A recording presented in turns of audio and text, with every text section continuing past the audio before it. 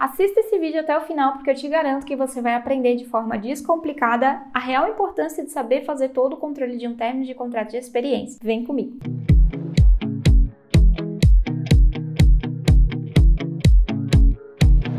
Olá, eu sou a Lilian, criadora aqui do canal e da página Coisas de RH, e aqui no YouTube eu me dedico a entregar conteúdos gratuitos para te ensinar a descomplicar o DP na prática. No vídeo de hoje você vai aprender na prática sobre a importância de controlar os contratos de trabalho e qual consequência a falta desse controle pode gerar no dia a dia do DP. Nós vamos ver como esse microprocesso dentro do DP pode gerar um estrago se não se atentar a um detalhe, e eu vou te mostrar na prática como você pode se organizar para que seja feito com segurança e evite prejuízo, como um cliente que eu atendi uma vez. Se esse assunto te interessa, já clica e curte esse vídeo. E se você tem interesse em receber mais conteúdos como esse, já se inscreve aqui no canal, que assim eu consigo saber se esse conteúdo te ajuda e eu posso trazer mais vídeos como esse por aqui, combinado? Todo empregado, quando ele entra na empresa, quando é feita a sua admissão, ele vai ter um contrato de experiência. A duração máxima desse contrato de experiência previsto na legislação é de 90 dias. E a legislação diz que ele pode ser prorrogado uma vez, dentro desse período de 90 dias. Então, o mais comum é acontecer, por exemplo, 30 mais 60 ou 45 mais 45, vai depender da organização da empresa. Às vezes, a convenção coletiva ela também estipula alguma coisa sobre isso, e aí deve ser seguido, né? Eu já vi convenção que trazia que o período de experiência seria menor, não seria 90, seria 60 dias. Então, é mais benéfico ao empregado, nesse caso, precisa ser seguido. Mas o mais comum mesmo é ser 45 mais 45 ou 90 dias. O contrato de experiência, ele não é obrigatório, mas a maioria das empresas faz por conta de ser um período de adaptação. E quando a empresa tem o contrato de experiência, as verbas rescisórias, em caso de término de contrato, elas também são menores, seja antecipado para o empregado ou pela empresa ou no término mesmo do contrato. Então esse também é um dos motivos aí por que é feito. Mas em geral, o principal motivo é por conta dessa fase de adaptação. Tanto para o empregado, né, que pode ver que não é aquilo que ele quer, ou não se adaptou, ou teve algum problema no meio desse período ali, o que pode acontecer, quanto para a empresa também testar o serviço daquele novo empregado ali que começou. Então, a maioria das empresas tem, eu particularmente nunca vi uma empresa que não tinha contrato de experiência, mas tem também. Se a empresa não tiver contrato de experiência, o empregado já entra naquela empresa com um contrato por prazo indeterminado. Então, se ele pedir demissão 5 dias, 10 dias depois, já vai ser um pedido de demissão normal, com cumprimento de aviso prévio e tudo mais. Eu já tive alguns problemas com o contrato de experiência, mas o mais comum é justamente não se atentar ao prazo dessa rescisão, porque a partir do momento que passa o prazo ali de experiência, o contrato já se torna automaticamente por tempo indeterminado. Então, o mais comum de evitar de acontecer é esse problema, mas já tive vários, como por exemplo, a empresa não cadastrar corretamente, o DP não cadastrar corretamente que tinha um contrato de experiência, ou então ele cadastrar um período incorreto, ou então não seguir o que estava na convenção coletiva.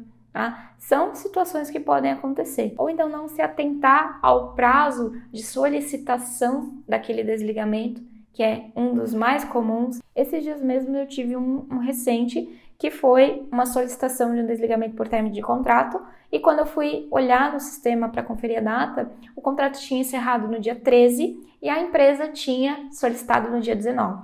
E aí não pode mais fazer por término de contrato. Mas a empresa quer fazer. Pode acontecer, mas é por conta e risco dela, não é o certo, tá? Passou um dia do término do prazo ali, já é contrato por prazo indeterminado e tem que ser seguido o correto, que é ou uma demissão sem justa causa ou então um pedido de demissão normal. Existem vários tipos de contrato de trabalho, existe o contrato intermitente, existe o contrato por prazo indeterminado, o contrato de aprendizagem, existe o contrato de estagiário, que não é um vínculo CLT, existe o contrato por prazo determinado. Enfim, o que eu vou te ensinar aqui hoje, você pode aplicar para qualquer tipo de contrato, tá? Que é se organizar para acompanhar esse vencimento e esses prazos. Esse conhecimento é importante para você evitar situações onde ultrapassa esse prazo, né, e a empresa tenha que pagar coisas a mais, ou então o empregado mesmo tenha que cumprir, né, o aviso prévio de no mínimo 30 dias e tudo mais, ou sofra muitos descontos. Eu tive um caso uma vez que a cliente solicitou o término de contrato do empregado, mas já tinha passado o prazo. E aí, eu expliquei, né, não dá mais para ser término de contrato, porque passou o prazo, bababá. E aí ela me pediu um orçamento daquela rescisão, pediu uma simulação para ver quanto daria. E aí eu falei, né, mandei lá, calculei a simulação, mandei certinho, e ela retornou que não iria fazer a demissão porque fugia do orçamento. Então pensa, né? A rescisão ficou muito maior, porque aí ela já ia ter que indenizar 30 dias de aviso prévio, já ia ter que pagar multa de FGTS, mesmo que a pessoa estava ali 4 meses apenas trabalhando, né? Tinha vencido um poucos dias acima ali dos 90 dias. Então é um tipo de situação que pode acontecer. Aí no fim aquela empregada acabou pedindo demissão e saiu, né? Então a empresa levou sorte, mas desde o momento que ela enviou o e-mail, ela já colocou, acabei não me atentando ao prazo, eu quero saber quanto que vai custar para fazer esse desligamento. E aí chegou a hora lá de ver o valor, não ia fazer porque fugia daquele orçamento no momento. Então olha só como é importante ter esse controle do término de contrato. Quando você tem esse conhecimento, né, do vencimento aí dos contratos de experiência que você precisa controlar, que você tem essa organização para saber quando que vai vencer, você trabalha com muito mais segurança e consegue já prever, né, a situação que pode acontecer ali naquele período. Você não vai ser pega de surpresa se do nada, né, vir um pedido de desligamento ali naquele período, ou então a empresa fizer essa solicitação do término do contrato. Tá? E aí você consegue orientar aquele cliente, né, se você trabalha numa contabilidade, ou se você trabalha numa empresa e quer orientar o gestor, você consegue melhorar sua comunicação e orientar, ajudar ele para que isso não aconteça. Eu vou te dar alguns passos que você pode seguir aqui para você fazer isso de uma forma efetiva, mas o principal benefício que você vai ter é justamente isso. Você vai conseguir se organizar e conseguir orientar. Cliente, tal dia vai vencer o término de contrato de experiência. Ou então mandar um relatório para ele todo começo de mês com os vencimentos de experiência daquele mês, aí ele já vai se programando. O cliente, o gestor, ele vai sentir muito mais confiança em você, vai ver que você está ligado ali e sabe o que está fazendo. O principal erro do profissional de DP é não fazer o controle desses períodos de experiência corretamente. Ter isso em mãos, ter esses dados em mãos ali com antecedência para a empresa conseguir se programar. Aqui eu tô falando de empresa, mas isso vale para o lado do empregado também. Geralmente o empregado, ele já fica mais atento, né? Porque ele sabe ali mais ou menos, né, que tem os 90 dias e tudo mais. Só que isso é um tipo de coisa que a gente tem que explicar no momento da admissão também, tá? Então, quando você for pegar a assinatura dos documentos de admissão, por exemplo, vai estar lá o contrato, esse prazo de experiência.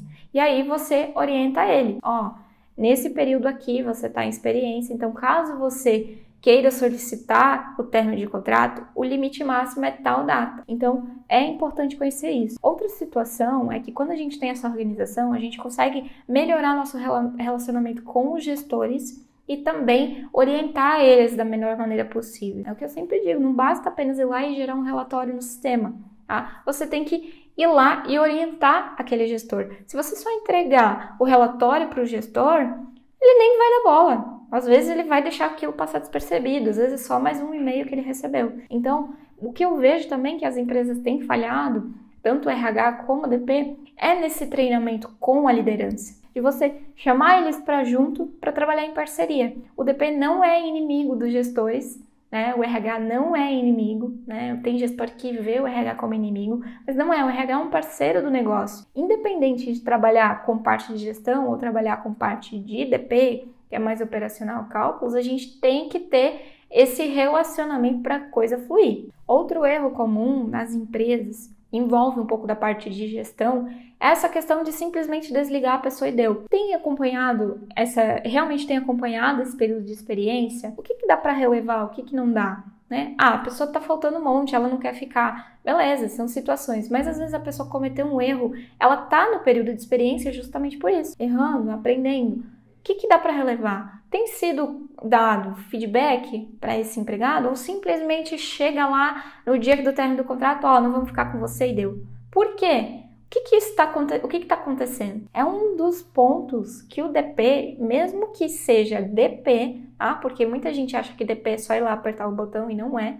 Tá? É um dos pontos que o DP pode ajudar o gestor a trabalhar. Geralmente eles vêm trocar uma ideia com o RH ali, com o DP, perguntar, né, contar, quero desligar. E aí vai de você, por que você quer fazer esse desligamento? Tem acompanhado? Tem algo que a gente possa fazer? Né? Porque a gente sabe que dá trabalho fazer uma contratação. É um custo, um tempo perdido, né? Você fazer todo o processo e depois desligar a pessoa. Então, são situações que a gente pode acompanhar para tentar melhorar ali a situação da empresa e ajudar nesse processo, independente se você está ali para fazer folha de pagamento e fazer rescisão. Tá? Nosso trabalho é de parceria com os gestores, parceria com o negócio, para ajudar cada vez mais aquilo ficar estratégico e melhorar. Em empresas menores, geralmente a pessoa que faz o RH, né, se tem só uma pessoa principalmente, ela vai fazer tudo, ela vai fazer a parte de DP, e vai fazer essa parte de gestão, né, mais de RH. E aí é uma ótima oportunidade para você desenvolver esse lado de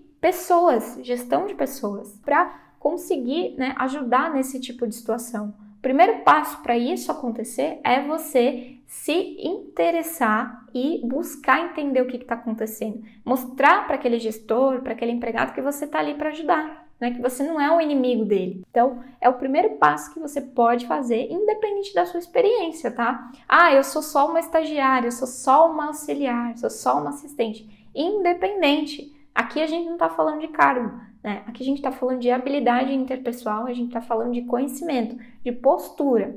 Tá? Então, é um passo que você pode dar aí para conseguir ajudar a empresa nesse sentido. E agora falando da parte prática, né? Como é que você pode controlar esses contratos de experiência para não ultrapassar o prazo, para você conseguir trabalhar com tranquilidade com relação a isso? É bem simples. Geralmente o sistema ele traz um relatório com essas informações. E o que você precisa saber? Saber onde tirar isso lá no sistema que você vai utilizar na empresa. Ah, mas eu não tenho acesso ao sistema, é a contabilidade que faz.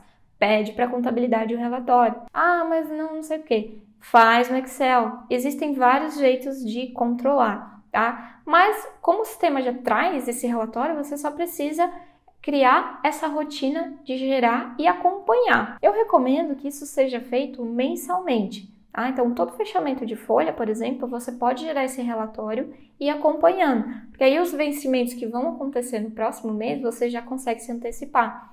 Por exemplo, lá no fechamento de maio, né, que eu vou pagar em junho. Terminei o fechamento, gera o relatório em maio. Então, tudo que vai acontecer ali no mês de junho, antes da próxima folha, você já consegue antecipar e ir se organizando. Ah, não dá para mim gerar só no fechamento da folha. Gera quinzenal, gera todo começo de mês. Enfim, a organização vai dependendo do que for melhor para você. Mas eu acredito que gerar isso todo mês vai ser bem tranquilo. Aí você já gera um período para frente. Então, por exemplo, eu estou em maio, eu gero já com todos os vencimentos até setembro. É um exemplo, né? Se isso acontecer. Então, gera todos os vencimentos até setembro e aí você já vai conseguir se antecipar de bem antes. Porque não adianta gerar ali só no maio para junho, vai que no próximo dia já vence um contrato. Aí você vai ser pego de surpresa. Tá? Então, não. Sempre que você for gerar o relatório, já gera com vários meses para frente. Pode ser 90 dias para frente. E aí você já vai acompanhando. Ah, esses aqui vão vencer em junho, esses aqui vão vencer em julho, esses aqui vão vencer em agosto. E todo mês vai reciclando isso ali e acompanhando e avisando aquele gestor. Tá? Isso vai te custar 1 hora no máximo ali no seu dia, né, no seu fechamento, gerar o relatório, fazer essa organização e conversar com aquele gestor para orientar ele. Você pode fazer isso por e-mail, né? Ó, gestor, segue o vencimento dos contratos de tais pessoas. Lembrando que se esse período ultrapassar, já caso queira fazer o desligamento, né, já é uma demissão sem justa causa, tá? Você pode explicar isso, ou se você quiser telefonar. Então, eu gosto sempre de fazer por e-mail, para deixar registrado certinho, tá? Mas são opções e você vai ver o que é melhor para você ali no seu dia a dia. Tendo essa organização, tendo esse controle, você vai ficando mais confiante e mais segura no que você está fazendo. Por quê? A sua chance de errar vai diminuir drasticamente. Porque a gente erra muito quando a gente não conhece o processo e quando a gente não se organiza.